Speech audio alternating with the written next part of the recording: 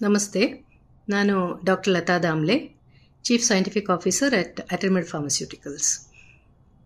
ಈಗ ನಾವು ಈ ಹಣ್ಣು ಮತ್ತು ವೆಜಿಟೇಬಲ್ಸ್ ಮೇಲೆ ಇರುವಂತಹ ವ್ಯಾಕ್ಸ್ ಕೋಟಿಂಗ್ ಏನಿದೆ ಅದರ ಬಗ್ಗೆ ಮತ್ತು ಆ ಹಣ್ಣಾಗಿಸಲು ಬೇಗ ರೈಪನಿಂಗ್ ಪ್ರೋಸೆಸ್ನ ಬೇಗ ಮಾಡುವಂತಹ ಕೆಲವು ಕೆಮಿಕಲ್ಸ್ ಬಳಕೆ ಏನಿದೆ ಅದರ ಬಗ್ಗೆ ತಿಳ್ಕೊಳ್ಳುವುದು ತುಂಬ ಮುಖ್ಯ. ಯಾಕೆಂದರೆ ಇವೆರಡರಿಂದ ತುಂಬ ಹೆಲ್ತ್ ಹ್ಯಾಜಾರ್ಡ್ಸ್ ಉಂಟಾಗುತ್ತೆ. ಮೊದಲನೇದಾಗಿ ವ್ಯಾಕ್ಸ್ ಕೋಟಿಂಗ್ ಅಂದರೆ ಏನು ಅಂತ ತಿಳ್ಕೊಳ್ಳಿ. ಈ ವ್ಯಾಕ್ಸ್ ಅನ್ನೋದು ನ್ಯಾಚುರಲ್ ಆಗಿ ಪ್ರತಿ ಹಣ್ಣು ಅಥವಾ ವೆಜಿಟೇಬಲ್ಸ್ ಮೇಲೆ ಇರುವಂಥದ್ದು, ಅಂದರೆ ನ್ಯಾಚುರಲ್ ಸೆಕ್ರೇಷನ್ ಇರುತ್ತೆ ವ್ಯಾಕ್ಸ್ ಕೋಟಿಂಗ್. ಅದು ಬಾಹ್ಯವಾಗಿ ಈ ಹೊರಗಡೆ ಇರುವಂತಹ ಇನ್ಫೆಕ್ಷನ್ ಇರ್ಬೋದು, ಆ ಹಣ್ಣನ್ನು ಸಂರಕ್ಷಿಸಲಿಕ್ಕೆ ನೇಚರ್ ಅದರಲ್ಲಿ ಉತ್ಪತ್ತಿ ಮಾಡುತ್ತೆ. So that it's the protective barrier ಥರ.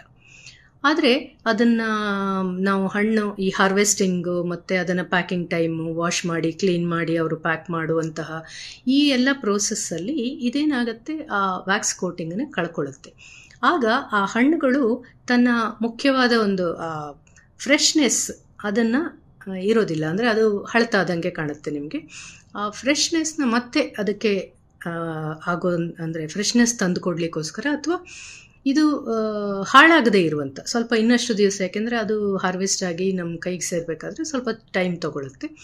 ಆಗ ಹಾಳಾಗದೇ ಇರುವಂತಹ ಒಂದು ಪ್ರಕ್ರಿಯೆಗೆ ಕೂಡ ಈ ವ್ಯಾಕ್ಸನ್ನು ಆರ್ಟಿಫಿಷಿಯಲ್ ಆಗಿ ಬಳಸ್ತಾರೆ. ಈ ವ್ಯಾಕ್ಸ್ ಬಳಸೋದ್ರಿಂದ ಆ್ಯಕ್ಚುಲಿ FDA ಕೂಡ ಒಂದು ಮೈಕ್ರೋಸ್ಕೋಪಿಕ್ ಲೇಯರ್ ವ್ಯಾಕ್ಸನ್ನು ಅಲೋ ಮಾಡುತ್ತೆ. ಆದರೆ ಅದರಲ್ಲಿ ಏನು ಹೇಳುತ್ತೆ ಅಂದರೆ ಎಡಿಬಲ್ ವ್ಯಾಕ್ಸ್ ಮಾತ್ರ ಬಳಸಬೇಕು ಅಂತ. ಅಂದರೆ ಕೆಲವು ರೀತಿಯ ಎಣ್ಣೆ ಅಂಶ ಇರ್ಬೋದು, ಅಥವಾ ಕೆಲವು ಈ ಜೇನುಮೇಣ ಅಂತ ಕೇಳಿರ್ಬೋದು, ಅಲೋವೆರಾ ಜೆಲ್, ಚಿಟೋಸಾನ್, ಆಮೇಲೆ ಕ್ಯಾಂಡಲಿಲಾ ವ್ಯಾಕ್ಸ್, ಈ ಥರದ ಎಡಿಬಲ್ ವ್ಯಾಕ್ಸನ್ನು ಬಳಸಬಹುದು ಅನ್ನೋ ಒಂದು ಲಿಸ್ಟ್ ಇದೆ. ಆದರೆ ಹೆಚ್ಚಾಗಿ ಬಳಸುವಂಥದ್ದು ತುಂಬ ಚೀಪರ್ ಆಗಿರುವಂಥ ಪ್ಯಾರಾಫಿನ್ ವ್ಯಾಕ್ಸ್ಗಳು. ನಿಮಗೆ ಗೊತ್ತು, ಪ್ಯಾರಾಫಿನ್ ವ್ಯಾಕ್ಸ್ ಏನಿದೆ ಅದು ಹೆಲ್ತ್ಗೆ ತುಂಬ ಹಾಳಾಗಿರುವಂಥ, ಅಂದರೆ ಅದರಿಂದ it's a cancer causing material. ಅಷ್ಟೇ ಅಲ್ಲ, ಈ ಪ್ಯಾರಾಫಿನ್ನಿಂದ ಆಗುವಂತಹ ಒಂದು ತೊಂದರೆ, ಆ ಪ್ಯಾರಾಫಿನ್ನ ಜೊತೆಗೆ ಇನ್ನೂ ಕೆಲವು ಕೆಮಿಕಲ್ಸನ್ನು ಮಿಕ್ಸ್ ಮಾಡ್ತಾರೆ. ಯಾಕೆಂದರೆ ಬರೀ ವ್ಯಾಕ್ಸ್ ಕೋಟ್ ಮಾತ್ರ ಅಲ್ಲ, ಅದೊಂದು ರೀತಿ ಶೈನಿಂಗ್ ಕೊಡೋಕ್ಕೆ, ನಿಮಗೆ ಹಣ್ಣೇನಿದೆ ಫ್ರೆಶ್ ಆಗಿ ಕಾಣುವಂತಹ ಒಂದು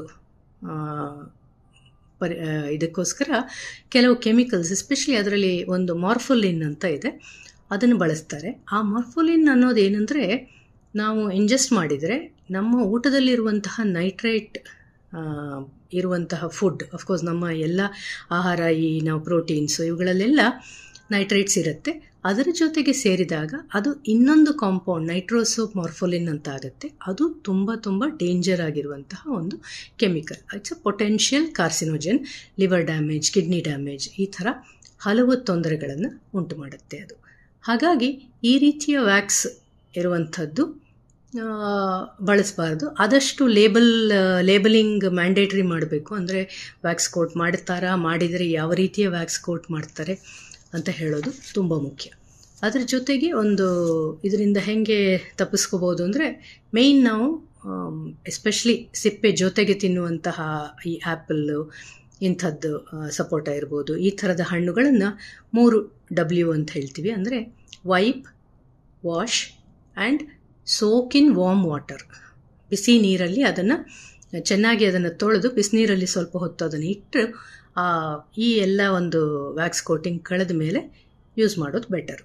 ಅದಲ್ಲದೆ ಇನ್ನೊಂದು ಏನು ಮಾಡ್ಬೋದು, ಹಾಗೂ ನಮಗೆ ಭಯ ಇದ್ದರೆ ಸಿಪ್ಪೆಯನ್ನು ತೆಗೆದು ಬಳಸೋದು ಬೆಟರ್. ನ್ಯೂಸ್ ಫಸ್ಟ್, ನಿರ್ಭೀತಿಯಿಂದ ನಿಮ್ಮ ಪರವಾಗಿ.